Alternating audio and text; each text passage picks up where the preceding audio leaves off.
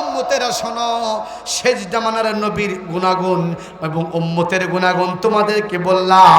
আর এই বললাম, এটা বলার পর তোমাদের মধ্যে যে আশা আসলো, শুধু তোমাদের আগ্রহ তৈরি হয় নাই, এই আলোচনার দ্বারা আগের জামানার নবী যতগুলো ছিল এদের মধ্যে থেকে অনেক নবীরাও শেষ জামানার উম্মত হওয়ার জন্য আল্লাহর কাছে আশা পোষণ করেছেন। জোরে বলেন সুবহানাল্লাহ। এই জন্যই তো পয়গম্বর ঈসা আলাইহিস সালাতু ওয়াস সালাম আবারও আসবেন দুনিয়ার মধ্যে। আল্লাহ ওনাকে উঠে নিয়ে গেছেন, ওনাকে আল্লাহ পাক আবার দুনিয়াতে পাঠাইবেন। আগে আসছিলেন নবী হইয়া, এখন কিন্তু নবী হইয়া আসবেন না। কিয়ামতের আগে উনি আবার দুনিয়াতে আসবেন না, আখেরি জামানার নবীর উম্মত হইয়া। জোরে বলেন সুবহানাল্লাহ। নবী মূসা ডাকতে বলে, ও আমার ঠাটা উম্মতেরা, তোমরা যখন শুনতে চাইছো তখন শোনো। শেষ জামানার নবী মুহাম্মাদের উম্মতের 5টা গুণাগুণ আছে, 5টা আলামত আছে, 5টা নিদর্শন আছে। এই নিদর্শন যার মধ্যে পাওয়া যাবে সে প্রকৃতপক্ষে শেষ জামানার নবীর উম্মত হবে, অর্থাৎ নবী মুহাম্মাদের উম্মত হইতে পারবে। তার মধ্যে থেকে 1 নম্বর গুণ হলো, ওই শেষ জামানার নবীর উম্মত যখন কোনো ভালো কাম করবে, ভালো কাম করার শুরুতেই আল্লাহর নাম নিয়ে বিসমিল্লাহর সাথে ভালো কাম করবেন। জোরে বলেন সুবহানাল্লাহ। দিল বদলের জন্য যেই কাজগুলি করতে হবে, আল্লাহ পাক রব্বুল আলামিন বলেন, দুনিয়ার মধ্যে একটা স্বাভাবিক চেয়ারম্যান থেকে কোনো সুবিধা যদি আমরা পাইতে চাই, সুবিধাকে পাবার জন্য কিছু ফর্মালিটি অবলম্বন করতে হয়। কথা বলেন ঠিক না বা ঠিক? দোস্ত ভাতা, বয়স্ক ভাতা, বিধবা ভাতা, ভিজিএফ, যে কোনো কিছু পান না কেন তার জন্য একটা নিজেদের ফর্মালিটি অবলম্বন করতে হয়। এই ফর্মালিটি যদি দুনিয়ায় চেয়ারম্যান মেম্বার থেকে এমপি মন্ত্রী থেকে কোনো একটা ভালো কিছু পাবার জন্য যদি আমার ফর্মালিটি অবলম্বন করতে হয়, যেই জান্নাত আল্লাহ পাক আমার আপনার জন্য নির্ধারণ করে রেখেছেন, ওই জান্নাত পাবার জন্য কোনো ফর্মালিটি অবলম্বন করার প্রয়োজন আছে না নাই? জোরে বলে। এই ফর্মালিটিটাই আমি আপনাদেরকে বলবো, শুনবেন তো ভাই ইনশাআল্লাহ? তাহলে আসুন, আমি আপনি মুসলমান, আমার আপনার জন্য আল্লাহ রাব্বুল আলামিন জান্নাত রেডি করে রেখেছেন, এই কথার মধ্যে কারো সন্দেহ আছে? সন্দেহ করলেও ঈমান থাকবে না, সন্দেহ করতে পারবেনই না। আচ্ছা, আমি আপনি যে মুসলমান তার প্রমাণটা কি? বহুত বড় একটা জিনিস। আমার 3.5 হাত বডির মধ্যে আল্লাহ রাব্বুল আলামিন আমার ইসলামের একটা প্রমাণ দিয়ে রাখছেন। সুবহানাল্লাহ। জোরে বলেন। দুনিয়ার মধ্যে বহু ধর্মের লোক আছে, হিন্দু, খ্রিস্টান, বৌদ্ধ, সাঁওতাল, শিখ, মিক, ফিক, সব কিছু আছে। তারাও একটা জায়গাতে আসায় একদম নিরুপায় হয়ে যায়, মুখের আওয়াজ বন্ধ হয়ে যায়, তাদের ধর্মীয় সব গ্রন্থ মিথ্যা হয়ে যায়, শুধুমাত্র কেবলমাত্র একমাত্র একটা আলামতের কাছে। জোরে বলেন সুবহানাল্লাহ। সে আলামতটা কি? আপনি আমার হাতের তালুর দিকে লক্ষ্য করেন। আমার আল্লাহ পাকের নাম, গুণবাচক নাম হলো 99টা। জোরে বলেন কয়টা? 99টা নাম। যেই সৃষ্টিকর্তা আমাকে সৃষ্টি করলেন, আমার 2 হাতের তালুতে আল্লাহ 99 নামের নিদর্শন দিয়ে পাঠাইছেন। জোরে বলেন সুবহানাল্লাহ। ডান হাতের তালুতে আছে 18, আরবি দিয়ে লেখা, আর বাম হাতের তালুতে আছে 81। বুঝবান লোক থাকলে বলুন তো দেখি, 18 আর 81 কত হয়? 18 আর 81 কত হয়? 99 হয়। আল্লাহর গুণবাচক নাম 99টা। আমার হাতের তালুতে আছে, আপনার হাতে তালুতে আছে। ও মুসলমান, হিন্দুর হাতের তালুতে আছে, খ্রিস্টানের হাতের তালুতে আছে, শিখের হাতের তালুতে আছে, বৌদ্ধের হাতের তালুতে আছে, যত জাতি ধর্ম বর্ণ আছে সকলের হাতের তালুতে, এই 2 হাতের তালুতে 18 আর 81 মিলা 99টা শুনকে হয় আমার আল্লাহর নাম হলো 99টা। বুঝা গেল, তুমি হিন্দু হও তোমারও আল্লাহ, তুমি খ্রিস্টান হও আল্লাহ তোমারও। সুতরাং সবগুলোর জন্যই যদি আল্লাহ হয়, আমার আপনার জন্য আল্লাহ। আল্লাহর কাজ যারা করতেছে তারাই হবে আল্লাহর খাঁটি বান্দা। কথা বলেন ঠিক না বা ঠিক?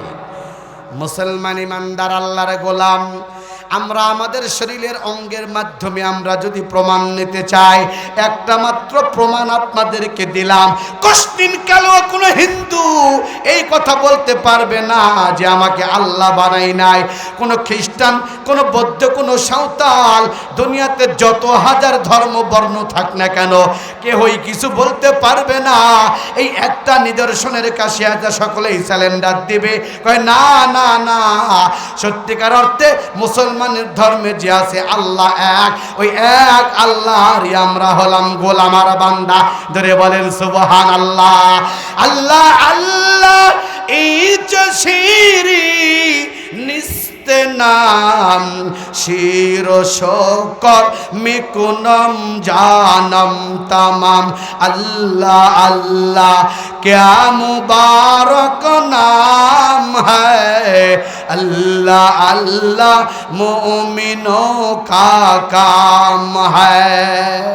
তাহলে বোঝা গেল আজকের আলোচনা শুনে আপনার কালকে যা হিন্দুর হাত দেখবেন হাটে বাজারে গেলে, দেখি দাদা তোর হাত দেখি, দেখবেন তার হাতের মধ্যে এটা দেখার জন্য আর চিনার জন্য আগে আরবি অক্ষরগুলো না চিনবেন। আরবি যে সংখ্যা আছে না 1 2 3, এটা চিনবেন। না হলে যদি পার্শ্বে কোনো হুজুর থাকে, হুজুর দেখেন তো এটা কি, এটা কি সংখ্যা কয়, এটা কি, দেখবেন যে বাম হাতে আছে 81, 8 10 1 81, আর ডান হাতে আছে 18, আগে আছে 1, তারপরে আছে 8 18। ওই হিন্দু বিশ্বাস করতে পারবে কিন্তু মুখ দ্বারা বলবে না। আর মুখ দ্বারা আর অন্তর দ্বারা আর কাজে দ্বারা প্রমাণ যদি না করে দেয়, সে কোনোদিন মুসলমান হতে পারবে না। কথা বলেন ঠিক না বা ঠিক? কারণ তাদের হিন্দু ধর্মের গ্রন্থ উত্তরায়ণ বেদ, রামায়ণ বেদ, পুরাণ, মহাভারত, গীতা সবগুলার মধ্যেই, খ্রিস্টান বলো, বৌদ্ধ বলো, হিন্দু বলো, সবগুলার মধ্যে আমার নবীর কথা আছে, আমার আল্লাহর কথা আছে। কথা বলেন ঠিক না বা ঠিক? উত্তরায়ণ বেদের 3 নম্বর শ্লোকের মধ্যে লেখা আছে আমাদের নবী মুহাম্মাদের নাম। সুবহানাল্লাহ জোরে বলেন। লা ইলাহা ইল্লা আনতা হরতি পারম পদম মুহাম্মাদন, জন্ম বৈকুণ্ঠিত জপিনাম মুহাম্মাদন, হোতার মিন্দ্র নমনং ধরসং। সবগুলি কথা তাদের শ্লোকের মধ্যে আছে। ও মুসলমান, কিন্তু তারা সবগুলাই জানে, জানার পরে মানে না, বিশ্বাস করে না। আর আল্লাহ রব্বুল আলামিন নবীর জবান দ্বারা বলেছেন, আমার ওই সমস্ত উম্মতেরাই খাঁটি ইমানদার হতে পারবে যারা 3টা কাজের সমন্বয় ঘটাতে পারবে। জবান দ্বারা বলবে যে না আল্লাহ এক, এই কথা নিজের জবান দ্বারা বললে কিভাবে বলবে? লা ইলাহা ইল্লাল্লাহু মুহাম্মাদুর রাসূলুল্লাহ। কোন বান্দা যখন জবান দ্বারা এই কথার স্বীকার দিবে, এই কথা বলবে যে আল্লাহ এক, এই কথা সত্য বললো না মিথ্যা বললো, ওটাকে অন্তরের সাথে মিলাইতে হবে। এই জন্য বুখারীর মধ্যে আসছে, আমার আল্লাহর নবী বলেছেন যে এই ব্যক্তি জবান দ্বারা বলার সাথে সাথে অন্তর দ্বারা বিশ্বাস করে বলল, আর অন্তর দ্বারা বিশ্বাস করাটা হলো 2 নম্বর। এই 2টা ঠিক আছে কিনা এটাকে প্রমাণ বহন করবে কাজে পরিণত করে দেখা দেওয়া। আমি জবান দ্বারা বললাম লা ইলাহা ইল্লাল্লাহ মুহাম্মাদুর রাসূলুল্লাহ, আমি অন্তর দ্বারা বিশ্বাস করে বললাম ঠিক আছে এক আল্লাহ, কিন্তু কই এক আল্লাহ আর রসুলের হুকুম আমি মানলাম না। তাহলে আমার আল্লাহর নবী বলেন তুমি তো একদম হিন্দু মার্কা মুসলমান, তুমি পরিপূর্ণ মুসলমান হতে পারলা না। কথা বলেন ঠিক কিনা? সুতরাং মুখে শুধু মুখে বললে হবে না যে আল্লাহ এক, অন্তর দ্বারা বিশ্বাস করা কাজে পরিণত করে দেখা দিতে হবে। এটাই হলো ফরমালিটি। সুবহানাল্লাহ জোরে বলেন। আল্লাহর এক বান্দা মারা যাওয়ার আগে তার বেটা 4টা বেটা জমা করছে, করে কয় শোন, আমি তো মুসলমান, নামে মুসলমান, আমি মরে গেলে আমাকে ভালো করে পুরবু, একদম পুরা ছাই করা সমুদ্রের বিভিন্ন জায়গায়, যেই জায়গায় 2টা 3টা সমুদ্র এক জায়গায় জমা হয়েছে, এইরকম জায়গাতে আমার ছাই ফেলা দিবি। এক জায়গায় নয়, বিভিন্ন জায়গায়। বেটারা কয় এটা কি সম্ভব? কারণ মুসলমান, তাকে আমরা কীভাবে পুরবো? হিন্দু হলে না পুরা গেল হেনি, মুসলমানকে পুরা সম্ভব? বেটারা রাজি নয়, কিন্তু বাপে ওসিয়ত করে গেছে, শেষমেশ খেপে বলে গেছে যে চারও বেটাকে বলতেছে এই তুই মানবো কিনা ক। এক বেটা আগে বাপে বলেছে যদি না মানি সম্পদ থেকে বঞ্চিত, ত্যায্য পুত্র কর্ম, মরি মর্ম তুক ত্যায্য পুত্র করাই মর্ম। এখন সন্তান সম্পদের লোভ কি ছাড়তে চায়, বাপ তো মরেই যাবে, হোক যা কয় কোক পুরে ফেলে দেব। সব বেটা রাজি হয়ে গেছে, নাউজুবিল্লাহ জোরে বলেন। মারা গেছে, মারা যাওয়ার পরে বেটারা তাক সুন্দরভাবে পুরা ছাই করা, এই ছাই যেভাবে বিভিন্ন জায়গায় নদী সঙ্গম স্থলে ৩-৪টা নদী এক জায়গায় মিলে গেছে, পানির যেই রকম একটা ঢেউ খেলে ওই জায়গাতে এরকম ভাবে ফেলা দিয়েছে। মুসলমান ইমানদার আল্লাহর গোলাম, ওই বান্দার ব্যাপারে হাদিসের মধ্যে আসছে, কিতাবের মধ্যে আসছে, ওই বান্দা যখন মারা গেছে সন্তানদেরকে মারা যাওয়ার আগে যখন ওসিয়ত করে গেছে, ওসিয়ত মোতাবেক সন্তানেরা কাম করেছে, কাম করার পর এই বান্দাকে আল্লাহ রাব্বুল আলামিন পরকালে আবার তাকে আল্লাহ নিজের কাছে ডাকছেন, ডাক দিয়ে বলে ও আল্লাহর বান্দা, আমি যে তোমাকে সৃষ্টি করেছি, আমি তো তোমাকে আবার দুনিয়ার থেকে এই জায়গায় নিয়ে আসছি, কিন্তু এবার তুমি বলো তুমি যখন মারা যাবা, মারা যাওয়ার আগে তুমি তোমার সন্তানদেরকে, আল্লাহর কাছে সিটারি চলে না, বান্দা এবার ধরা খায় গেছে, আল্লাহর কাছে বলে আল্লাহ আমি আমার সন্তানদেরকে ডাইকা এইরকম বলেছিলাম যে আমাকে আমি মারা গেলে মাটিতে দাফন করবা না, আমাকে পুরবা, আমাকে পোড়ার পরে আমাকে ছাই করে দিয়ে এই ছাইটা সমুদ্রের বিভিন্ন জায়গায় ফেলে দিবা। আল্লাহ রাব্বুল আলামিন তাকে বললেন ও বান্দারে তুমি তোমার সন্তানদেরকে এইরকম ওসিয়ত কেন করছিলা? আল্লাহর বান্দা ওই জায়গায় আল্লাহর কাছে একদম অবনত হয়া আল্লাহর কাছে একটা কথাই বলেছে, আল্লাহ অন্য কিছুর জন্য নয়, আপনার ভয়ে আমি এই কাজটা করতে বলেছি। জোরে কান সুবহানাল্লাহ। কয় আমার ভয়ে করতে বলছিস? কয় হ আল্লাহ। তো আমার ভয় মানে কয় দুনিয়াতে এমন কোনো ভালো আমল নাই যে আমল করে আমি আপনার সাথে দেখা করতে পারবো, এইরকম কোনো ভালো কাজ আমি করি নাই, সুতরাং আমার মতন এইরকম অপরাধী আপনার সাথে সাক্ষাৎ করব কিভাবে, এই লজ্জার শরম আর ভয়ে আমি আমার সন্তানদেরকে এ কথা বলেছিলাম। আল্লাহ রাব্বুল আলামিন কুদরতি জবান দিয়ে মুস্কি হেসে বললেন, এখন কি তুমি সেই আল্লাহর কাছে সাক্ষাৎ করা থেকে বাঁচতে পারছো, না আল্লাহর কাছে আশাই লাগছে? বান্দা তার কথা বলে না, বান্দা চুপ করে আছে, অর্থাৎ স্বীকারোক্তি জ্ঞাপন করলো যে না আপনার কাছে আশাই লাগলো। সুবহানাল্লাহ জোরে বলেন। তাহলে বলেন তো দেখি বাবা, আমরা যারা দাম্ভিকের সহিত বহুত কিছু করি আর বলি, আমাদেরও কি আল্লাহর কাছে যাওয়া লাগবে কি লাগবে না? আর একটু জোরে বলেন, যাওয়া লাগবে কি লাগবে না?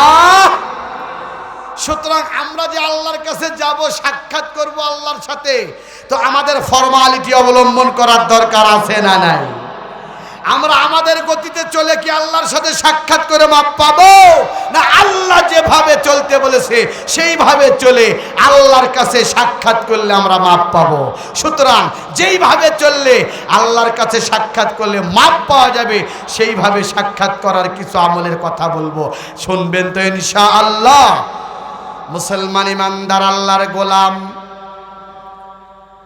আল্লাহর রাসূল হাদিসের মধ্যে ইরশাদ করেন, সালাসাতুন, তিনজন ব্যক্তির কথা আল্লাহর নবী বলেন, সালাসাতুন হারামাল্লাহু আলাইহিমুল জান্নাহ, তিন শ্রেণীর ব্যক্তি দুনিয়ার মধ্যে আছে, আমার আল্লাহ তাদের জন্য জাহান্নাম ওয়াজিব করে দিয়েছেন আর জান্নাতকে হারাম করে দিয়েছেন।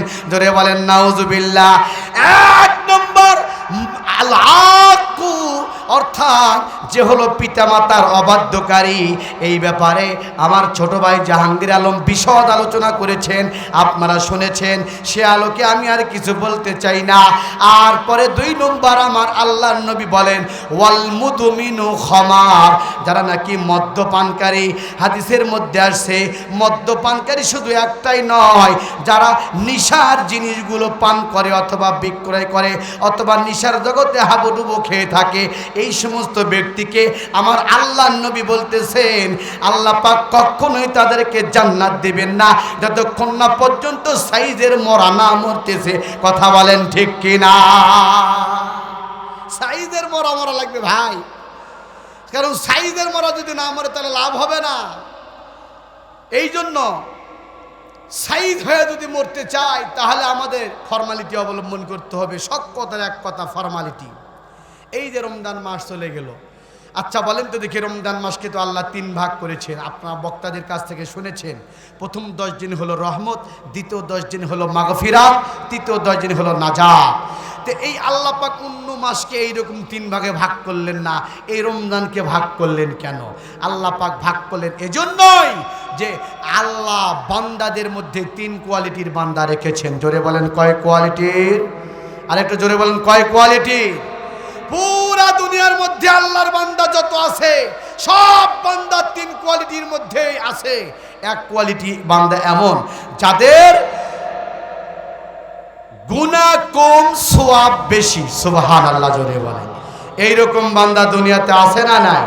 আল্লাহর খাস ওলি যাদের গুনাহ কম সওয়াব বেশি। আর এক কোয়ালিটির বান্দা হলো যাদের গুনাহ আর সওয়াব সমান সমান, একটা দাড়ি পাল্লা তুলে দিন সমান সমান। আর এক কোয়ালিটির বান্দা যাদের গুনাহ বেশি সওয়াব একদম কম। এই 3 কোয়ালিটির বান্দা আল্লাহ পাক দুনিয়াতে রেখেছেন, আছেন।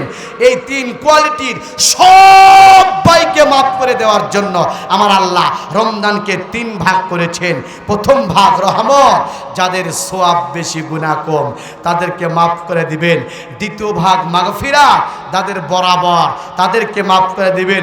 তৃতীয় ভাগ নাজাত, যাদের গুনাহ বেশি, যা গুনাহ বেশি সওয়াব কম। আর একটা আগের ডাকে যে সওয়াব বেশি গুনাহ কম, সবগুলোকে মাফ করে দিবেন। তবে মাফ করে দেওয়ার জন্য শর্ত ছিল এটাই, এই ফর্মালিটি অবলম্বন করা। কি ফর্মালিটি? যারা একদম সওয়াব বেশি গুনাহ কম এদের জন্য যে প্রথম 10 দিন রহমত, এই রহমতের দিনে তারা আল্লাহকে ডেকেছে, রোজা রেখেছে, সেহরি খেয়েছে, তারাবি পড়েছে, এদের সাথে যারা সঙ্গ দিতে পারবে ওদেরকেও আল্লাহ ওদের সাথে মাপা এদেরকে মাফ করবেন। সুবহানাল্লাহ, জোরে বল। আমাদের গ্রাম বাংলায় কি হয়? ওটা হয় না। অনেক জায়গায় দেখা যায় রমজানের 27 তারিখ আসলে আজকে তো 27 আরে রোজা ধরা লাগবে, মানে আর রোজা শুরু হয় 27 তারিখের থেকে। কি কন? ফর্মালিটি অবলম্বন হলো। দুনিয়ার গরু খাকা মুসলমান চেয়ারম্যানের কাছ থেকে একটা 10 কেজি চাল নেওয়ার জন্য যদি ফর্মালিটি অবলম্বন করতে হয়, টিসিবির কার্ড আপনার কাছে আছে, টাকা দিয়ে মাল নেবেন, তাও যদি আপনার ফর্মালিটি অবলম্বন করতে হয়, আল্লাহর জান্নাত চিরদিনের জন্য যে জান্নাত আল্লাহ পাক দিবেন, এই জান্নাত পাওয়ার জন্য ফর্মালিটি অবলম্বন করতে হবে না? আমরা এই ফর্মালিটি অবলম্বন করি না, এরপরে জান্নাত চাই। এই জান্নাতের আশা করে কোনো লাভ আছে বাপজান? আশা লাভ আছে? এই ফর্মালিটি অবলম্বন করে কোনো ফর্মালিটি অবলম্বন ছাড়া কোনো জান্নাতের আশা করার লাভ নাই। পয়গম্বর মুসা আলাইহিস সালাতু ওয়াস সালাম একদিন উম্মতদেরকে নিয়ে আলোচনা করতেছেন। আলোচনাটা হলো একটু ব্যতিক্রম ধর্মী আলোচনা। কি আলোচনা? মুসা নবী ওনার উম্মতদেরকে নিয়ে আলোচনা করতেছেন, সর্বশেষ নবী তথা আমাদের নবী মুহাম্মদ, আর এই মুহাম্মাদের উম্মতের ব্যাপারে আলোচনা করতেছেন। সুবহানাল্লাহ, জোরে বলেন। আলোচনা করতে করতে এক পর্যায়ে এমন গভীরে গেছেন যে শেষ নবী নবী মুহাম্মাদের উম্মতের এত ফজিলত বয়ান করতেছেন। ফজিলত বয়ান করতে করতে করতে করতে একদম ওই উম্মতে মুহাম্মাদের ফজিলত শুনে বনি ইসরাইল মুসার উম্মতেরা হয়রান হয়ে গেছে।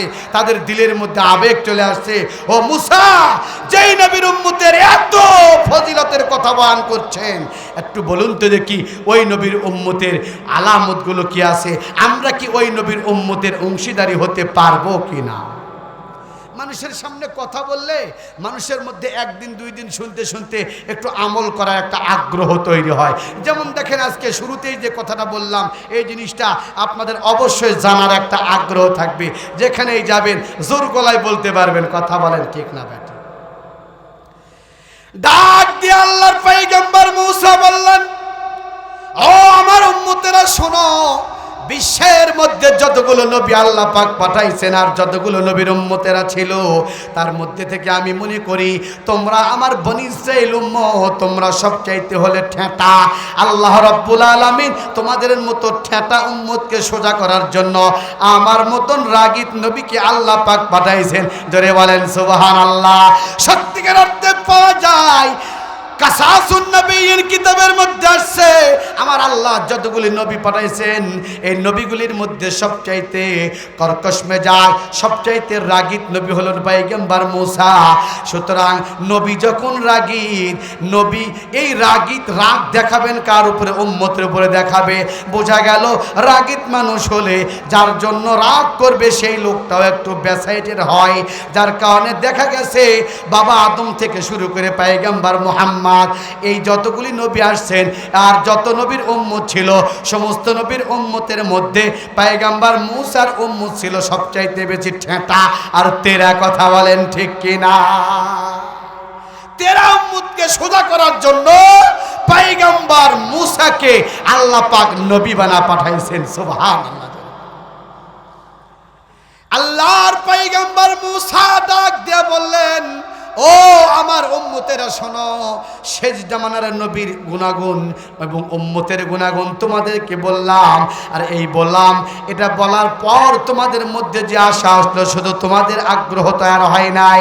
এই আলোচনার দ্বারা আগের জামানার নবী যতগুলো ছিল এদের মধ্যে থেকে অনেক নবীরাও শেষ জামানার উম্মত হওয়ার জন্য আল্লাহর কাছে আশা পোষণ করেছেন। জোরে বলেন সুবহানাল্লাহ। এই জন্যই তো পয়গম্বর ঈসা আলাইহিস সালাতু ওয়াস সালাম আবারও আসবেন দুনিয়ার মধ্যে। আল্লাহ ওনাকে উঠে নিয়ে গেছেন, ওনাকে আল্লাহ পাক আবার দুনিয়াতে পাঠাইবেন। আগে আসছিলেন নবী হইয়া, এখন কিন্তু নবী হইয়া আসবেন না।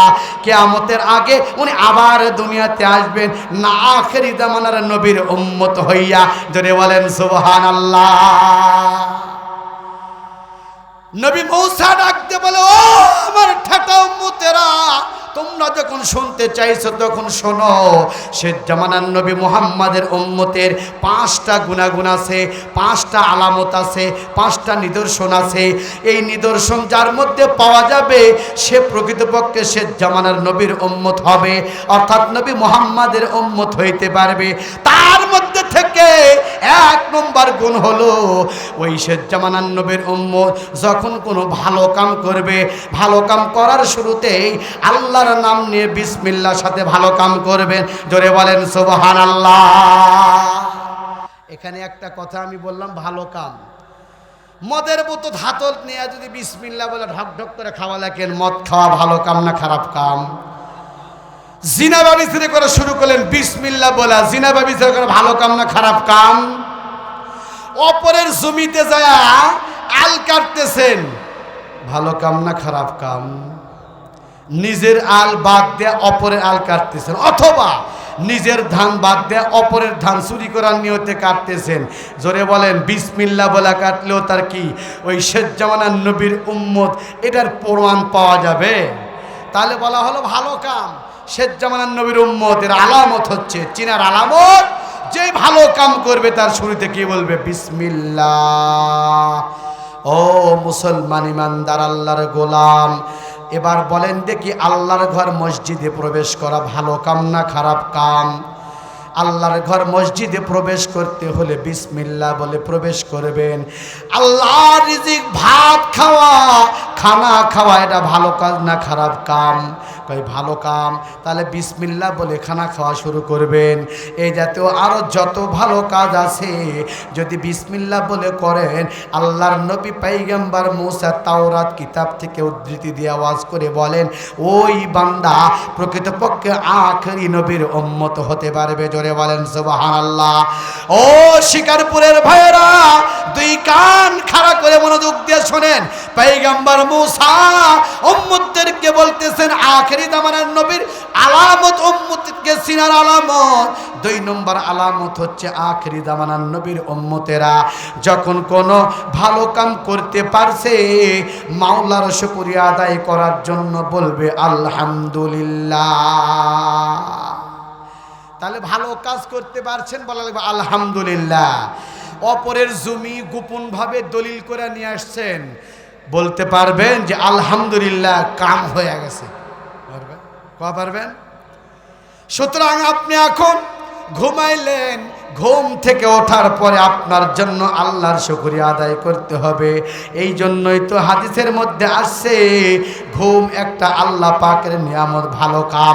ঘুম থেকে যখন উঠবেন আল্লাহর নবী হাদিসের মধ্যে দোয়া শিখা দিয়েছেন, আলহামদুলিল্লাহিল্লাযী আহইয়ানা বা'দামা আমাতানা ওয়া ইলাইহিন নুশুর। এখানে আলহামদুলিল্লাহ বলতে হবে। আল্লাহ রিজিক আপনি খাইলেন, অনেক মানুষ আছে খানা খাইতে খাইতে গলার মধ্যে ভাত বেঁধে মারা যায়, আল্লাহ পাক আপনার কাছে মেরে ফেলে দিলেন না, খানাটা সুস্থ মতো খাইলেন, এই যে রিজিক খাইতে পারলেন, খাওয়ার পরে বলতে হবে আলহামদুলিল্লাহ। আপনি যে জমিতে ধান চাষ করেছেন, সুষ্ঠুভাবে ধান যখন ঘরে উঠা নিয়ে আসলেন, উঠা নিয়ে আসার পরে আপনাকে বলতে হবে আলহামদুলিল্লাহ। এই সব ভালো কাজের ক্ষেত্রে আল্লাহর জন্য প্রশংসামূলক বলতে হবে আলহামদুলিল্লাহ। পয়গম্বর মূসা ডাক দিয়ে উম্মতদেরকে বলেন, ও আমার উম্মতেরা শোনো শোনো, তাওরাত কিতাবের মধ্যে 3 নম্বর আলামতের কথা আসছে। আখেরি জামানার নবীর উম্মতকে চিনার 3 নম্বর আলামত হচ্ছে এই উম্মতেরা যখন সামনে কোনো ভালো কাজ করবে, এই কাজ করার জন্য আল্লাহ থেকে সহযোগিতা চাওয়ার জন্য বলবে ইনশাআল্লাহ।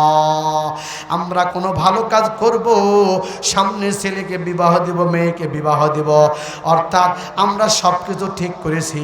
আপনাকে যদি কেউ বলে ভাই শুনলাম ছেলেকে নাকি বিয়া দিবেন, তাহলে বলতে হবে হ্যাঁ ভাই ইনশাআল্লাহ, আল্লাহ যদি সহায় রাখেন আমার পুত্রকে বিবাহ দেব, আমার কন্যাকে বিবাহ দেব। ভাই শুনলাম আপনি নাকি শুক্রবার দিন ধান কাটবেন, কয় হ্যাঁ ভাই আল্লাহ যদি কাটবার তৌফিক দেয় তাহলে সামনে শুক্রবার থেকে ধান কাটবো। এ না করিয়া আপনি যদি বলেন ধান পাকা গেছে, ধান তো আর থমো না, ধান কাটালে চলে আসবো। আর একজন কয় ভাই গরু বলে কিনবা যাবেন তের মনে হাটে, কয় হ্যাঁ টাকা থেকে লাভ আছে, গরু কিনে আনি। ইনশাল্লাহ নেই, আছে। ও মুসলমান, ইনশাল্লাহর কত বড় দাম, কত বড় দাম। কুরআনুল কারীমের মধ্যে আপনারা খোলা দেখবেন, কুরআনুল কারীমের সূরা কাহাফ নামক একটা সূরা আছে, এখানে একটা কথা আসছে। একদা এই সমস্ত ইহুদিদের মধ্যে একটা দল আমার পয়গম্বরের কাছে আসছে 3টা বিষয়ে প্রশ্ন করার জন্য, অর্থাৎ তারা এই যুক্তি তর্ক আর এই যে একদম পরামর্শ করে আসছে, এই 3টা প্রশ্নের উত্তর যদি নবী মুহাম্মদ দিতে পারে তাহলে খ্রিস্টান পাদ্রী বলে দিয়েছে যা বুঝবি এই মুহাম্মদ হলো সত্য নবী। জোরে বলেন সুবহানাল্লাহ। আর যদি এই 3টা প্রশ্নের যদি কোনো উত্তর না দিতে পারে তাহলে বুঝবি এ তো আসল নবী নয়, এ তো হলো ভণ্ড নবী। আমার আল্লাহর নবীর কাছে আসিয়া তারা 3টা প্রশ্ন করলো, করার পরে আমার নবী ওই মুহূর্তে ইনশাল্লাহ কয় নাই, আল্লাহর নবী বলেছেন আগামীকাল জবাব দিব। এই কথা শোনার পর খ্রিস্টান পাদ্রীর পরামর্শে ইহুদিদের যে 3 সদস্যের দল আসছিল, এই দলেরা সেখান থেকে বাড়ি হয়ে চলে গেল। যাওয়ার পরে ওই পাত্রীকে বলতেছে মনে হয় কাঁটল পাকবে, তাই প্রশ্ন করলাম মুহাম্মদকে, মুহাম্মদ তো উত্তর দিতে পারল না, একদিন সময় নিয়েছে, কালকে যাইতে বলেছে। খ্রিস্টান পাদ্রীও মনে মনে চিন্তা হচ্ছে মনে হয় পারবে না। এরপরে গতকাল আগামীকাল যখন আবার ওই সদস্য আসলো, আসা বলে মুহাম্মদ ওই যে কালকে 3টা প্রশ্ন করলাম উত্তরটা দাও। আমার নবী মুহাম্মদ আজকেও ইনশাল্লাহ বলেন নাই, বলেছেন ভাই আগামীকাল বলবো। ঠিক আছে, ওই ইহুদিদের দল আবার চলে গেল নিজের জায়গায়, পাত্রীর সাথে পরামর্শ করলো। পাত্রী বলল ঠিক আছে, এইবার বোঝা যাবে এই মুহাম্মদটা আল্লাহর পক্ষ থেকে সত্য নবী না মিথ্যা নবী।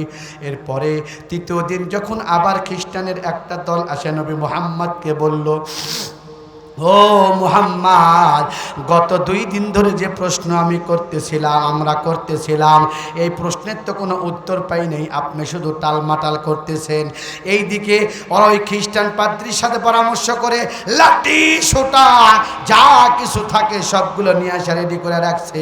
আজকে যদি মুহাম্মদ উত্তর দিতে না পারে, অমনি খুব শুরু করে দিব, বুঝবো যে নবী মুহাম্মদ সত্য নবী নয়। তার এই মিথ্যা প্রমাণ হওয়ার কারণে তাকে পিঠে দুনিয়ার থেকে একদম শেষ করে দিব। জোরে বলেন নাউযুবিল্লাহ।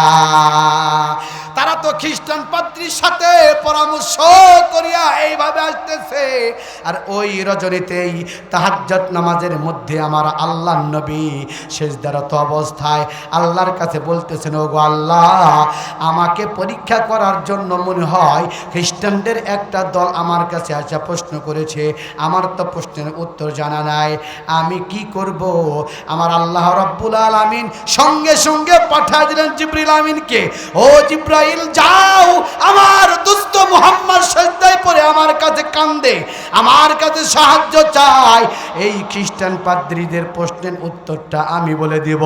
সুতরাং তুমি আমার দোস্ত মুহাম্মদকে যা বলো, হে মুহাম্মদ, তুমি কালকে ইনশাল্লাহ বলো নাই, আগের দিনও ইনশাল্লাহ বলো নাই, যার কারণে তুমি উত্তর দিতে পারো নাই। আজকে আমি আল্লাহর পক্ষ থেকে সব উত্তর জানা নিয়ে আসা তোমাকে জানাই দিলাম। এই দিন শেষে, এই রাত শেষে যখন দিন আসবে, ওই জামাত আসলে তুমি বলে দিবা, এমনিতেই তারা উত্তর পেয়ে যাবে। জোরে বলেন সুবহানাল্লাহ। আমার নবী, বিশ্ব নবী, ইনশাআল্লাহ না বলার কারণে আল্লাহ রাব্বুল আলামিন তাকে বিশাল বড় বিপদের মধ্যে ফেলাইছিলেন। আমি আপনি ওই নবীর উম্মত, আমরা যদি ইনশাআল্লাহ না বলি, এবার বলুন তো দেখি আমাদেরও বিপদ আসবে কি আসবে না? গায়ের জোরে কোনো কাজ হয় না। ইনশাআল্লাহ মানে যদি আল্লাহ চায়, তাহলে আপনি একটা ভালো কাজ করতে চাচ্ছেন, ইনশাআল্লাহ এটা যদি না বলেন, আল্লাহ চাইলো না, আপনার ভালো কাজ হবেও না। আর যখন হবে না, তখন সেই ব্যাপারে আপনার একটু ঈমানের মধ্যে দুর্বলতা এসেই যাবে। কথা বলেন ঠিক না বা ঠিক? এই জন্য শেষ জামানার নবীর উম্মতকে চেনার আলামতের 3 নম্বর আলামত হচ্ছে, কোনো ভালো কাজ যখন করবে সামনে, এজন্য বলবে ইনশাআল্লাহ। বলা যাবে তো ভাই? বলা যাবে তো? এগুলো হলো আমলের কথা। তাহলে ভালো কাজ করার শুরুতে কি বলতে হবে? আর একটু জোরে বলেন, কি বলতে হবে? বিসমিল্লাহ। কোনো ভালো কাজ করতে পেরেছেন, এই জন্য কি বলতে হবে? আলহামদুলিল্লাহ। আবার কোনো ভালো কাম করার ইচ্ছা পোষণ করেছেন, সামনে করবেন, বলতে হবে ইনশাআল্লাহ। এই 3টা। 4 নম্বর, পয়গম্বর মুসা তাওরাত থেকে ওয়াজ করে উম্মতদেরকে শোনাচ্ছেন, ও আমার উম্মতেরা শোনো, আখেরি জামানার নবীর উম্মতকে চিনার আলামত হচ্ছে 4 নম্বর আলামত, এরা কারোর সাথে যখন ওয়াদা করবে, ওয়াদাকে ঠিকমতো পূরণ করবে। জোরে বলেন সুবহানাল্লাহ। ওয়াদাকে ঠিক মতন পূরণ করবে। তাহলে আমাদের ওয়াদা পূরণ করার দরকার আছে না নাই? আমরা মানুষের সাথে ওয়াদা করলে ওয়াদা পূরণ করতে চাই না, বিশেষ করে ব্যবসায়িক ভাই, তার মধ্যে থেকে আরো বিশেষ করে মন খারাপ করবে না যারা একটু না ধানের ব্যবসা। সিজনের সময় ধান নিলে ওর ধানের টাকা দিয়ে গেন বাজার ইডিক বিটি যাই আসবে, কষে কাঁটল কিনে লাগবে, আম কাঁটল কিনে লাগবে, তিরমিনি হাটত যা ধান বেচা টাকা নিবে, লিয়া দেওয়ার সমস্যা, রাস্তাঘাট খারাপ, এটি বিক্রি করছে। টাকা দেওয়ার কথা হলো শুক্রবারে বিকালে, শনিবারে হাটত যা বাজারে করে আনবে, ওর শুক্রবার আসেই না। ফোন করলে মিথ্যার একটা ফ্যাক্টরি কদ্দুর আছে, বাড়ির কাছে থাকে, কয় আমি অমুক জায়গাতে আছি। মিথ্যা কথা কয় কি কয় না ভাই বলেন? ওয়াদা ঠিক থাকে? ভাই মুসলমান, শুধু ব্যবসায়িকদেরকে বলা উদ্দেশ্য নয়, আমাদের প্রত্যেক মুসলমানদের এই আমলটা করা দরকার। আমরা যাতে ওয়াদা খেলাফ কেউ না করি। আমরা যদি ওয়াদা খেলাফ করি, পয়গম্বর মুসা তাওরাতের মাধ্যমে যে কথা বললেন, আমরা শেষ জামানার নবীর উম্মতি হতে পারবো না। কথা বলেন ঠিক না বা ঠিক? আর আল্লাহর নবী বলেন, আমার নবী শ্রেষ্ঠ নবী বলেন, যারা ওয়াদাকে খেলাফ করেন তারা তো আমার উম্মতের মধ্যে থেকে খাঁটি উম্মত নয়। নয়, এরা হলো মুনাফিক। আমার আল্লাহর নবী বলেন আয়াতুল মুনাফিকি সালাসা, ও আমার উম্মতেরা, আমার উম্মতের মধ্যে মুনাফিককে চিনার তিনটা আলামত। এক নম্বর আলামত হলো ইজা হাদ্দাসা কাযাবা, যখন কথা বলে অধিকাংশ কথা মিথ্যা বলে। ওয়া ইজা ওয়াদা আখলাফা, আর যখন কারোর সাথে কোনো ব্যাপারে ওয়াদা করে ওয়াদার খিলাফ করে। আর যখন কারোর সাথে কোনো আমানত তার কাছে রাখা হয় আমানতের খিয়ানত করে। ওয়া ইজা উতমিনা খান, আমার আল্লাহ বলেন এই তিনটা গুণ যখন কার মধ্যে পাওয়া যাবে, আর নবীর ভাষায় সে তো মুনাফিক। আর মুনাফিকের জায়গা আমার আল্লাহ বলেন ইন্নাল মুনাফিকিনা ফিদ-দারকিল আসফালি মিনান নার, মুনাফিকের স্থান হলো জাহান্নামের তলদেশে। এদেরকে আগে পূর্বে পুরা যে আগুন তো চলে যাবে, ওই আগুন চলে যাওয়ার পরে যে খড়ি পুড়লে কয়লা বাড়ায় না, কি বলেন, কয়লা বাড়ায় না, এই মানুষ পুড়লে হাড্ডি ওটা কয়লা হয়ে যাবে, ওরা আবার আগুন লেখা কাফেরকে পুড়বে। এই হলো মুনাফিকের স্থান। তাহলে এই জন্য বলছে ফিদ-দারকিল আসফালি মিনান নার, জাহান্নামের একদম নিম্ন স্তরে তাদের স্থান। ভাই মুনাফিক হওয়া কত খারাপ! আমরা যদি ওয়াদা খেলাপ করি আমরা মুনাফিক বলে গণ্য হব। এবার বলুন তো দেখি, ওয়াদা খেলাপ করব নাকি ওয়াদাকে ঠিক ঠিক মতো পূরণ করব?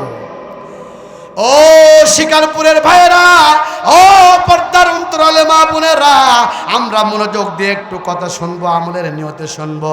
পয়গম্বর মুসা উম্মতদেরকে তাওরাতের উদ্ধৃতি দিয়ে ওয়াজ করতেছেন, ও আমার উম্মতেরা রে, আখেরি জামানার নবীর উম্মতকে চিনার 5 নম্বর আলামত, তারা যখন সময় হবে, সময়ের আউয়াল ওয়াক্তেই তারা নামাজ পড়বে। জোরে বলেন সুবহানাল্লাহ। আমরা অনেকে আছি নামাজ পড়তেই চাই না, আবার যারা পড়তে চাই গরিমসি করে দেরি করে নামাজ পড়ি।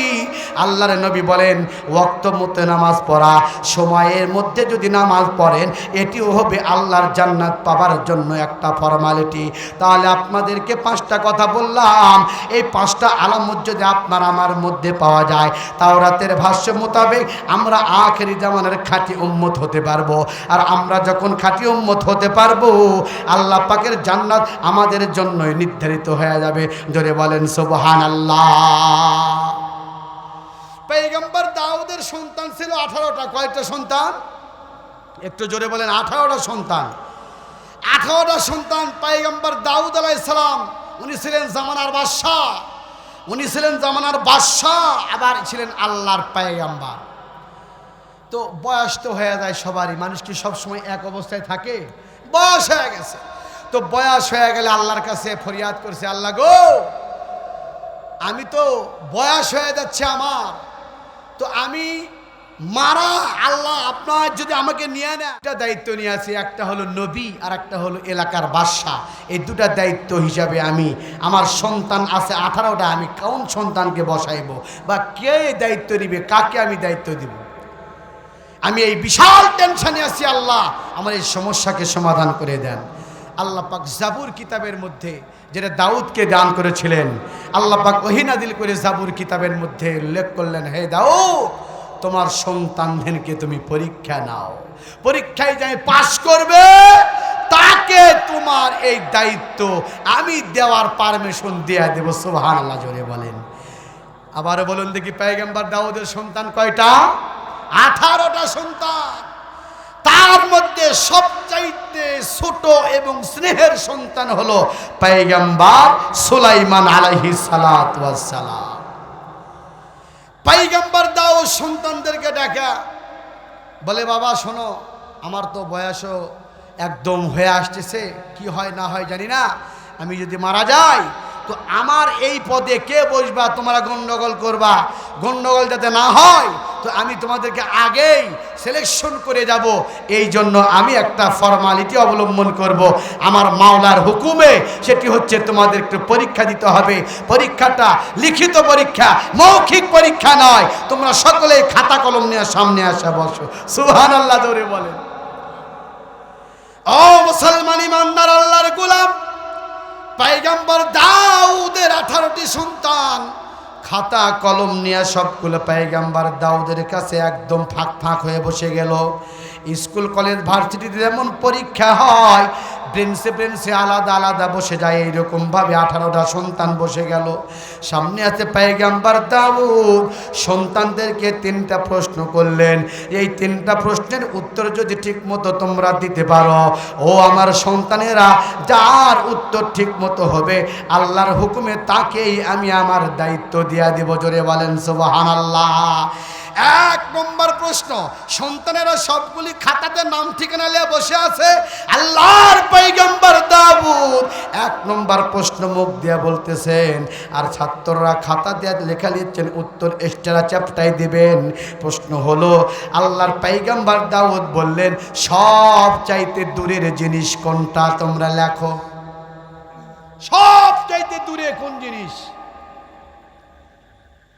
অন্যান্য সন্তানেরা চিন্তা করতেছে, সাপোজ আমরা যারা আমাদের দেশে আছি, আমাদের দেশ থেকে যা দূরে যেই দেশ, সেটাই তো আমরা মনে করি। কেউ চীন, কেউ জাপান, কেউ আমেরিকা, ইত্যাদি ইত্যাদি সবগুলা খারাপ লেগছে। কিন্তু পয়গম্বর সুলাইমান খাতাতে কলমই ধরেনি। সুবহানাল্লাহ, জোরে বলেন। আল্লাহর পয়গম্বর দাউদ 2 নম্বর প্রশ্ন করলেন, ও আমার সন্তানেরা, এবার তোমরা 2 নম্বর প্রশ্ন শোনো, তারপরে তোমরা ভাবা চিন্তা উত্তর দাও। 2 নম্বর প্রশ্ন হচ্ছে, সব চাইতে নিকটের জিনিসটা কি? সুবহানাল্লাহ, জোরে বলেন। তাহলে আগে গেল দূরের জিনিস, পরে আলো নিকটের জিনিস। অন্যান্য সন্তানেরা লিখলো সবচাইতে নিকটের জিনিস। মানুষের নিকটে আছে হাত, পা, চোখ, কান, নাক ইত্যাদি নিকটে। নিজের শরীরের অঙ্গর কথাগুলো লেখা দিল। আল্লাহর পয়গম্বর দাউদ নিজের ছোট্ট বাচ্চা সুলাইমানের খাতার দিকে নজর দিলেন। সুলাইমান খাতাতে একটাও খোঁটা এখনো দেয় না, লেখে না। আল্লাহর পয়গম্বর দাউদ 3 নম্বর প্রশ্ন করলেন, ও আমার সন্তানেরা শোনো, তোমাদের জন্য সবচাইতে শেষ প্রশ্ন, সেটি হচ্ছে, সবচাইতে সস্তা জিনিস কোনটি? আক্কারালয় সস্তা, সবচাইতে সহজলভ্য সস্তা জিনিস কোনটি? তোমরা উত্তর লেখো। ওই জামানায় যেই জিনিস সস্তা, আলু, পটল, মূলা ইত্যাদি ইত্যাদি ইত্যাদিতে যা ছিল, ওই 17টা সন্তান তাই লেখা দিয়েছে। পয়গম্বর দাউদ সুলাইমানের খাতার দিকে নজর দিয়ে দেখলো একটা অক্ষরও লেখে নাই। সুবহানাল্লাহ, জোরে বলে। এবার সব সন্তান যখন খাতা বাপের কাছে জমা দিল, জমা দেওয়ার পর এবার আল্লাহর পয়গম্বর দাউদ আল্লাহর পক্ষ থেকে রিমোট কন্ট্রোলে ফর্মালিটি অবলম্বন করায় সবগুলো খাতা কাটতেছেন। কাটতে কাটতে কাটতে কাটতে সবগুলোর খাতার প্রশ্নগুলা উত্তর জায়গা ওনার কাছে চয়েস হলো না। প্রথম প্রশ্নের উত্তর তারা দিয়েছে ওনাদের কাছ থেকে দূরে, যেগুলা বিভিন্ন জায়গা, বিভিন্ন দেশ, বিভিন্ন সন্তান, বিভিন্ন জায়গার নাম বা দেশের নাম লিখছে। পয়গম্বর দাউদ লাল কালি দিয়ে ক্রস দিয়ে দিলেন, কয় না, এই উত্তরটা ঠিক হয় নাই। পয়গম্বর দাউদ এই উত্তরকে রেসপন্স করলেন না, উত্তরটাকে ঠিক মনে করলেন না, ডেকে কাটিয়ে দিলেন। এরপরে দ্বিতীয় প্রশ্নের উত্তর দিয়েছিল, সবচাইতে কাছের জিনিস কি? ওই সন্তানেরা লিখেছিল, সবচাইতে কাছের জিনিস মানুষের হাত, পা, চোখ, কান, নাক, মুখ ইত্যাদি কাছে আছে, 3.5 হাত বডির মধ্যে আছে। আল্লাহর পয়গম্বর দাউদের কাছে এই উত্তরটা অত ভালো মতো হয় নাই, অত দামি উত্তর হয় নাই, এই জন্য একদম ক্রস চিহ্ন দেয়া কাটিয়া দিলেন। এরপরে সবচাইতে সস্তা জিনিস কি? এই প্রশ্নের উত্তরে যখন সন্তানেরা লিখলো, জামানার মধ্যে যেই খাবার জিনিসটা সস্তা অথবা যেই প্রয়োজনীয় জিনিসটা সস্তা তার নাম লিখছে। পয়গম্বর দাউদের কাছে উত্তরটা ভালো হয় নাই, রেসপন্স করলেন না, ওটা কাটা দিলেন। এই করতে করতে 17টা খাতা কাটা শেষ করলেন, একটা উত্তর ভালো হলো না। সর্বশেষে একটা খাতা পয়গম্বর দাউদ হাতে নিলেন, দেখা গেল ওই খাতাতে কোনো উত্তরে লেখে নাই, পুরা খাতা শুধু নাম আছে, পরীক্ষার্থীর নাম, উত্তরের কোনো অংশ সে সেখানে নাই। আল্লাহর পয়গম্বর দাউদ ডাক দিয়ে বললেন, এই খাতা কার? পয়গম্বর সুলাইমান সামনের দিকে আসলেন, ডাক দিয়ে বললেন, আব্বা জান এই খাতাটা আমারই। পয়গম্বর দাউদ পয়গম্বর সুলাইমানকে বললেন, বাবারে তুই তো আমার সবচাইতে ছোট সন্তান, আমি এত প্রশ্ন করলাম, এত বড় দায়িত্ব দেওয়ার জন্য তোমাদেরকে পরীক্ষার মধ্যে ফেলাইছি আল্লাহর হুকুমে, কিন্তু তুমি বুঝি আমার দায়িত্ব নিতে চাও না? কয় না আব্বা, দায়িত্ব তো আমরা নিতে চাই, পদের লোক তো সকলের আছে, কে না নিতে চায়। সুতরাং দায়িত্ব যদি নিতে চাও তাহলে তুমি উত্তরপত্রে কিছু লেখো নাই কেন? আল্লাহর পয়গম্বর সুলাইমান আলাইহিস সালাতু ওয়াস সালাম বললেন, আমি উত্তর এই জন্য লিখি নাই, আমরা 18 ভাই পরামর্শ করে যখন উত্তর লিখতেছিলাম, ওই উত্তরের মধ্যে আমার একটাও পছন্দ হয় নাই। আমার অন্যান্য ভাইদের কাছে ওই উত্তরগুলাই পছন্দ হয়েছে, কিন্তু আমার কাছে পছন্দ হয় নাই, যার কারণে আমি উত্তর লিখি নাই। তাছাড়া আমি আমার ভাইদের খাতা দেখে নকল করে আমিও আমার খাতার মধ্যে লিখে দিতে পারতাম। ধরে বলেন সুবহানাল্লাহ। দাউদ ডাকতে বলে, ও বেটা, তোমার কাছে পছন্দ হয় নাই, তাহলে কি তুমি সেই উত্তর জানো না, নাকি তোমার কাছে পছন্দ হয় নাই অন্য কোনো ভেদ আছে? পয়গম্বর সুলাইমান বাপের ধমক খায় বলতেছে, আব্বা আপনি যদি আবারও আমাকে মৌখিক প্রশ্ন করেন আমি সবগুলি প্রশ্নের উত্তর দিয়ে দেব। ধরে বলেন সুবহানাল্লাহ। পয়গম্বর সুলাইমান লিখিত উত্তর দেন নাই, মৌখিক উত্তর দিয়া বাপের পদ নিবেন, সেই উত্তরটা শেষে বলাই দোয়া করব। শেষ পর্যন্ত উত্তর জানার জন্য আশা করি থাকবেন তো ইনশাআল্লাহ। থাকবেন তো ভাই, থাকবেন তো? তাহলে আসুন, যে কথা আমি শুরু করতেছিলাম ফর্মালিটি, এই ফর্মালিটি যদি আমি অবলম্বন না করি তাহলে কিন্তু হবে না। কথায় কথা চলে আসে, না বলেও পারা যায় না, কারণ মানুষ সব ক্ষেত্রে নিজের লাভকে প্রাধান্য দেয়। লাভ যেটি নাই সেটি কেউই যায় না, লাভ নাই তো কেউই নাই। লাভ আছে তাহলে সেখানে সবাই আছে, এমপি, মন্ত্রী, ডাক্তার, মাস্টার, ইঞ্জিনিয়ার, আমি, তুমি, একদম সকলেই শুধু লাভই খোঁজে, লসের কেউ থাকতে চায় না। কথা বলেন ঠিক কিনা? আল্লাহ রব্বুল আলামিন যদি আমার আপনার ঈমানের লাভ অন্তরে যে দিয়েছে এটা যদি ডাইরেক্ট যদি হাতে দিতেন তাহলে আমাদের মসজিদে আর মুসল্লি ডেকে আনা লাগতো না। কি বলেন, ঠিক না বে ঠিক? যদি ডিক্লার হতো যে 5 ওয়াক্ত নামাজ যদি কেউ পড়বে তো ওয়াক্তে মাত্র 20 টাকা করে দেওয়া হবে, তাহলে মনে করবে 5-20 আরে 100 টাকা দিন রে, বসেই তো থাকা জামু। আবার তারাবির মধ্যে যেহেতু বোনাস, রমজান মাস বোনাসের মাস, একটা ইবাদত করলে 70টা ইবাদতের সওয়াব, তাহলে যদি এমনি যদি 1 ওয়াক্ত নামাজে যদি 20 টাকা পাই তাহলে 20-70 দিয়ে ভাগ দিলে কত হবে? রোজার মধ্যে জুম্মার লোক ধরতো। কি বলেন? আরে ফসলের জমি পূরণ করে ওটাকে নামাজে জায়গা বানাতো। হ্যাঁ, অত ধান চাষ করা যাবে না, এমনি টাকা 1 রোজা পালে সারা বছর খাওয়ার টাকা হয়ে যাবে। কি বলেন? এইরকম লাভের জন্য একজন আল্লাহর বান্দা ইহুদি পাদ্রী, সেই পাদ্রী সে তাওরাত কিতাবের হাফেজ ছিল। তাওরাত কিতাবটা 10,000 পারা। কয় পারা? আমাদের কোরআন শরীফ কয় পারা? মাত্র 30 পারা। তাওরাত কিতাব 10,000 পারা। চারটিখানি কথা নয়, এই 30 পারা কোরআন শরীফ মুখস্থ রাখতে হাফেজ সাহেবেরা হিমশিম খেয়ে যায়। আর এই খ্রিস্টান পাদ্রী 10,000 পারা এটাকে মুখস্থ করেছে। এত সস্তা নয়, এত লালি আদেশের নয়, বহুত। এখন প্রতিনিয়ত সে এটা কি করে? তেলাওয়াত করে। তাম্বিহুল গাফিলিন নামক কিতাবের একদম শেষ প্রান্তে কথাটা আসছে, সেখান থেকে আমি আপনাদেরকে রিলি করে শোনাচ্ছি।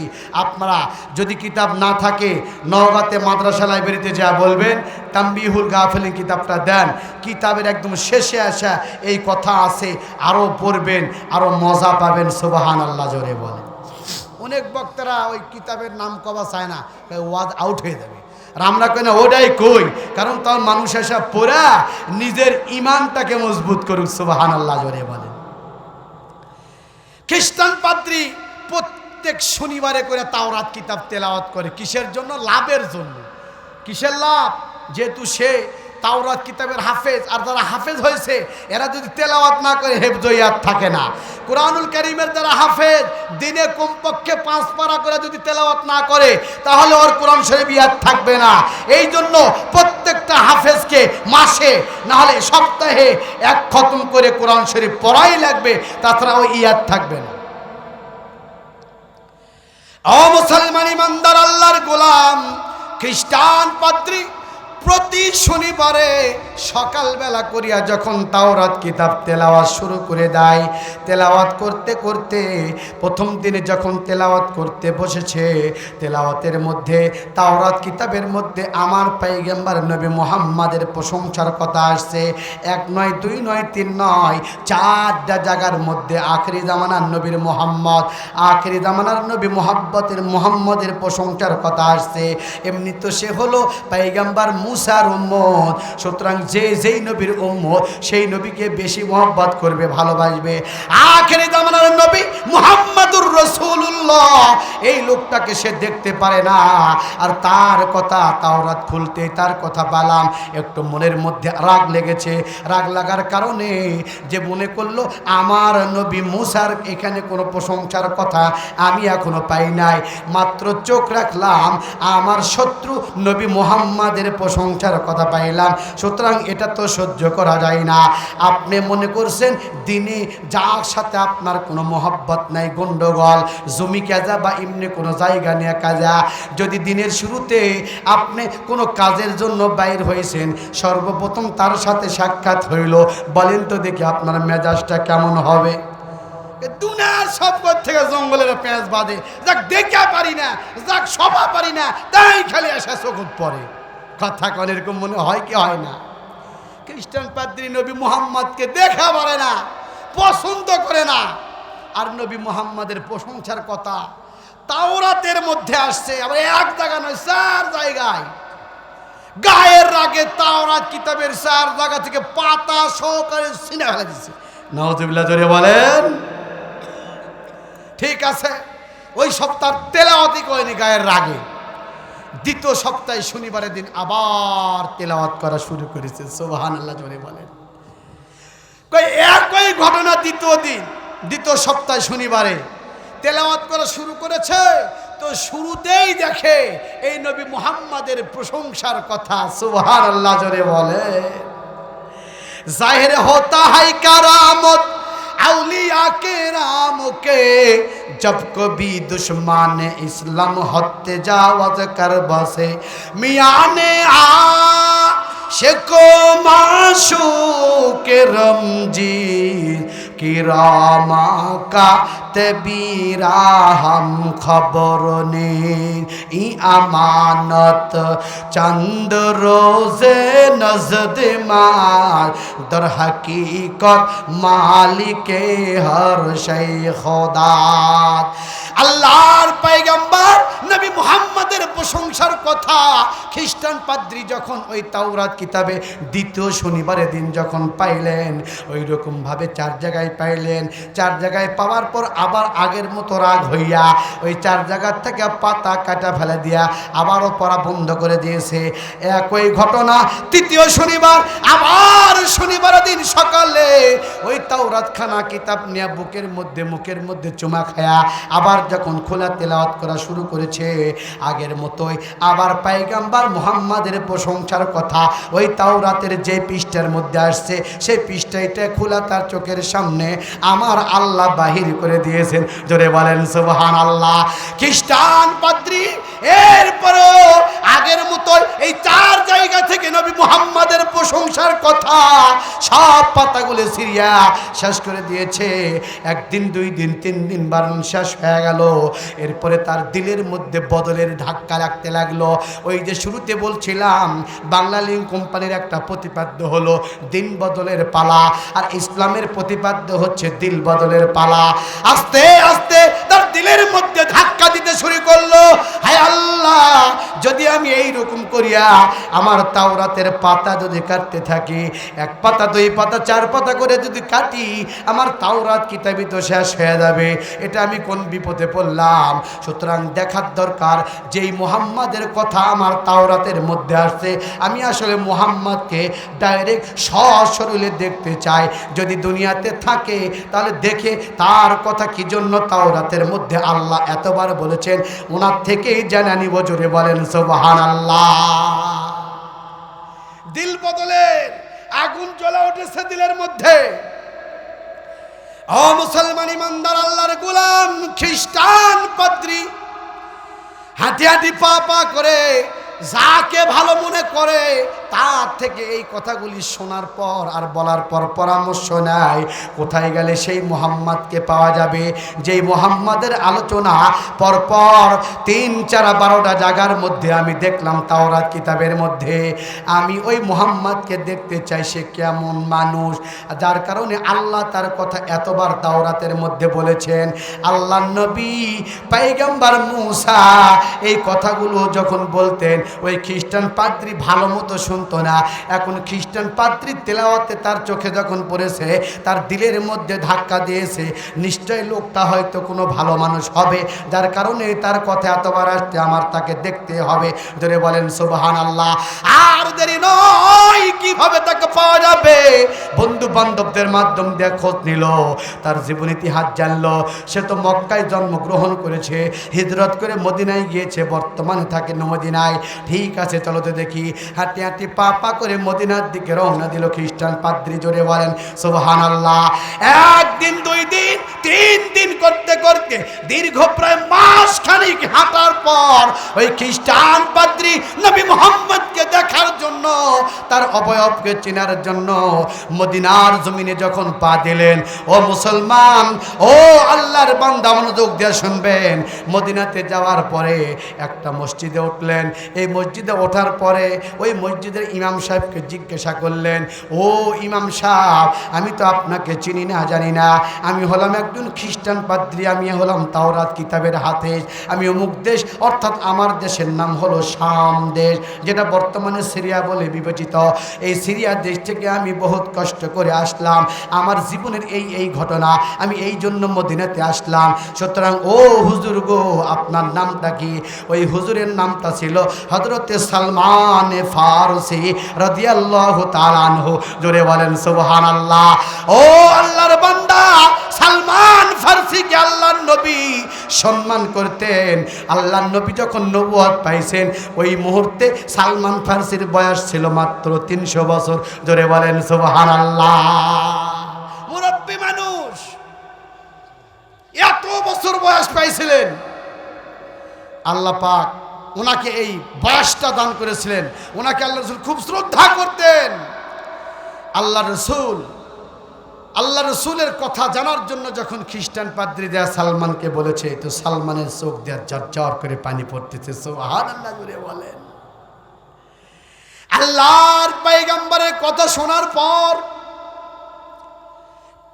খ্রিস্টান পাদ্রীর কি প্রশ্নের উত্তর দিবেন? সালমান ফারসির চক্ষু মোবারক দিয়ে শুধু অস্ত্র দরদর করে পড়ে। খ্রিস্টান পাদ্রী মনে করতেছেন, হয়তো এটাই হইল সেই নবী মুহাম্মদ। আমি এত দূর থেকে কষ্ট করে আসলাম, আমি তার মোহাব্বতে আসলাম, এত মোহাব্বতের কথা স্মরণ করে হয়তো নিজে কান্না শুরু করেছে। কারণ মানুষের কান্না হলো 8 প্রকারের কান্না, তার মধ্যে থেকে একটা হলো মোহাব্বতের কান্না। জোরে বলেন ঠিক কিনা? বিশ্বাস হয়? খুশির ঠেলায়, মোহাব্বতের ঠেলায় যে চোখ দিয়ে পানি আসে, এটাকে বলা হয় খুশির কান্না, মোহাব্বতের কান্না। এটাকে বিশ্বাস হয়? সন্তান বিদেশে আছে, 18-20 বছর পরে আসলো, যে বিদেশে যুদ্ধ শুরু হয়ে গেছে, বাঁচবে না মরবে জানি না, মা তো মনে করছে আমার সন্তান আর দেশে ফিরতে পারবে না। এরপরে সব কিছু ব্যাকুলতা শেষ করে আল্লাহ ওনার সন্তানকে ভালোভাবে সুস্থভাবে আবার দেশে ফিরে নিয়ে আসছে। ওই সন্তানকে যখন মা দেখে, দেখার সাথে সাথে বুকে জড়া নিয়ে চোখের অশ্রু বাড়ায়, ফেলে দেয়, বাইর হয়। এই অশ্রু হলো খুশির অশ্রু। জুড়ে বলেন সুবহানাল্লাহ। মুসলমান ইমানদার আল্লাহর গোলাম খ্রিস্টান পাদ্রী কোনো কিছু বুঝে উঠতে পারছে না। খ্রিস্টান পাদ্রী বললেন, ও হুজুর গো, আপনি কাঁদতেছেন কেন? আমি যেই মুহাম্মাদকে খোঁজার জন্য দেখার জন্য আসলাম, যার মোহাব্বতে আমার অন্তরের বাতি জ্বলা উঠেছে, আপনি বুঝি সেই মুহাম্মদ?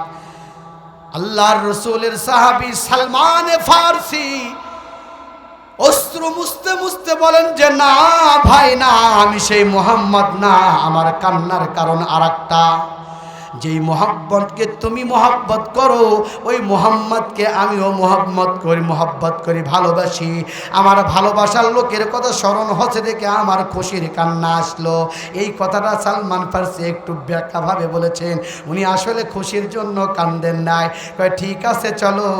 আল্লাহর বান্দা নবীর সাহাবী হযরতে সালমান ফারসি চিন্তা করতেছেন, আমি যদি তাকে ডাইরেক্ট বলি তুমি যার মোহাব্বতে হুজুর সিরিয়া থেকে আসলা, ওই লোকটা আর দুনিয়াতে নাই, হয়তোবা সে ব্যথিত হৃদয় হয়ে এখানেই মারা যেতে পারে। এই জন্য আসল মৃত্যুর খবর না দিয়া, নবীর ইন্তেকালের খবর না দিয়া, ওই খ্রিস্টান পাদ্রীকে নিয়া সালমান ফারসি হাঁটি হাঁটি পা পা করে পায়গাম্বারের প্রথম খলিফা আবু বকর সিদ্দিকের দরবারে নিয়ে গেলেন। জোরে বলেন সুবহানাল্লাহ। ডাক দিয়ে সালমান ফারসি বললেন, ও আবু বকর, তোমার কাছে আমি বৃদ্ধ মানুষ আসলাম, আমার সাথে একজন আল্লাহর বান্দাকে নিয়ে আসলাম। তবে একটা কথা শোনো, এ তো আসতে নবী মুহাম্মাদের সাথে সাক্ষাৎ করতে, এ মনে হয় জানি না বিশ্বনবী দুনিয়ার থেকে ইন্তেকাল করেছেন। অর্থাৎ এই ঘটনার কয়েক মাস আগেই আল্লাহর নবী ইন্তেকাল করেছেন। আপনাদের ভিতরে প্রশ্ন আসতে পারে, এখন আমি একটা কথা বললে পুরা বিশ্ব ভাইরাল হয়ে যায়, কি তখন কি এমন কোনো নিয়ম ছিল না নাকি? এক মাস আগে নবী মারা গেছে আর সিরিয়া থেকে ওই লোকটা জানলো না, এটা আবার কেমন আজে বাজে কথা? অনেকের মনে প্রশ্ন আসে, কে নবী মারা গেছে, আর এত বড় একটা ব্যক্তি মারা গেছে, আর এই খবর পায় না, এটা কোন কথা রে? ও ভাই, আগে তো এত ডিজিটাল যুগ ছিল না, এখন যুগ হচ্ছে ডিজিটাল। ইমানের অবস্থা মেন্টাল, কথা কন ঠিক না ব্যাঠি? সব কিছু সহজলভ্য, ইমানটা একদম শেষ হয়ে গেছে। এই জন্য আল্লাহর পয়গম্বরের সাহাবী সালমান ফারসি কানে কানে আবু বকর সিদ্দিককে বলতেছে, ভাই আবু বকর, এই ব্যাপার।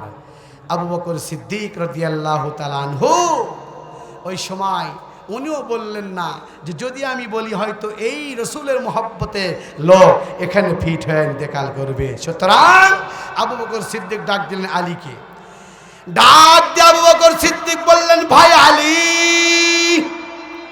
কোথায় আছো? তাড়াতাড়ি আমার দরবারে আসো। পয়গম্বরের সাহাবী আবু বকর সিদ্দিকের ডাক শুনে পয়গম্বরের আরেক সাহাবী আলী চলে আসলেন। আসার পরে বললেন, কি হয়েছে? আবু বকর সিদ্দিক, সালমান ফারসি আর হযরতে আলী, তিন সাহাবী একটা বৈঠক করলেন।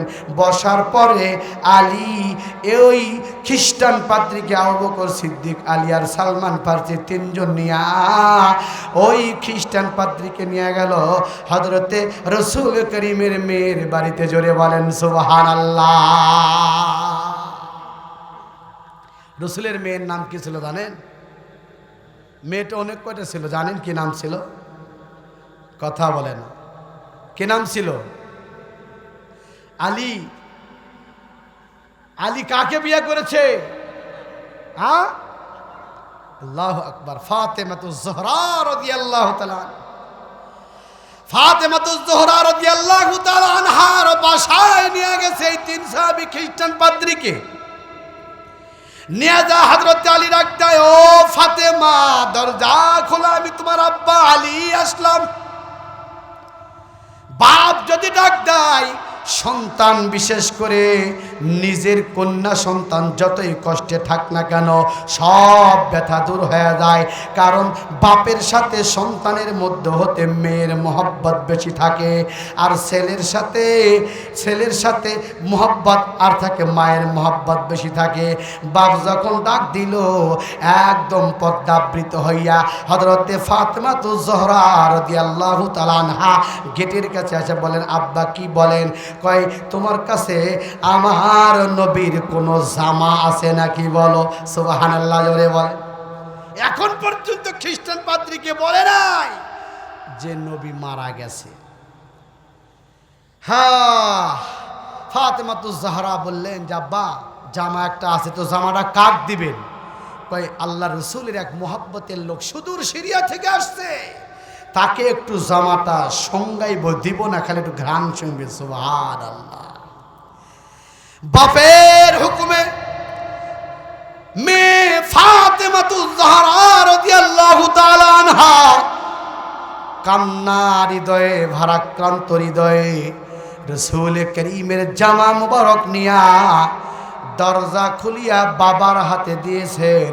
আর বাবা এই জামাটা নিয়া সঙ্গে সঙ্গে খ্রিস্টান পাদ্রীকে নাকে ধরেছেন, ডাক দিয়া বললেন, ও ভাই, আপনি সুদূর দূর থেকে সিরিয়া থেকে আসছেন নবীকে দেখার জন্য, মুহাম্মদকে দেখার জন্য। এক্ষুনি মুহাম্মদ দুনিয়াতে নাই, তবে তার একটা জামা আছে, জামাটাকে তুমি সঙ্গে সঙ্গে তার থেকে নবীর ঘ্রাণটা তুমি নিয়ে নাও। জোরে বলেন সুবহানাল্লাহ। আল্লাহর পয়গম্বরের সাহাবীর এইরকম কথার এইরকম কাজ দেখিয়া ওই খ্রিস্টান পাদ্রী যখন পয়গম্বরের জামা মুবারক নিয়ে যখন শুনলেন, জামার সংজ্ঞার পরে সঙ্গে সঙ্গে একদম আফসোস করে একটা চিল্লানি দিয়া উঠলেন। চিল্লানি দিয়া ওঠার পর ওই জায়গায় সেন্সলেস হয়ে দুনিয়া থেকে বিদায় নিয়ে চলে গেলেন।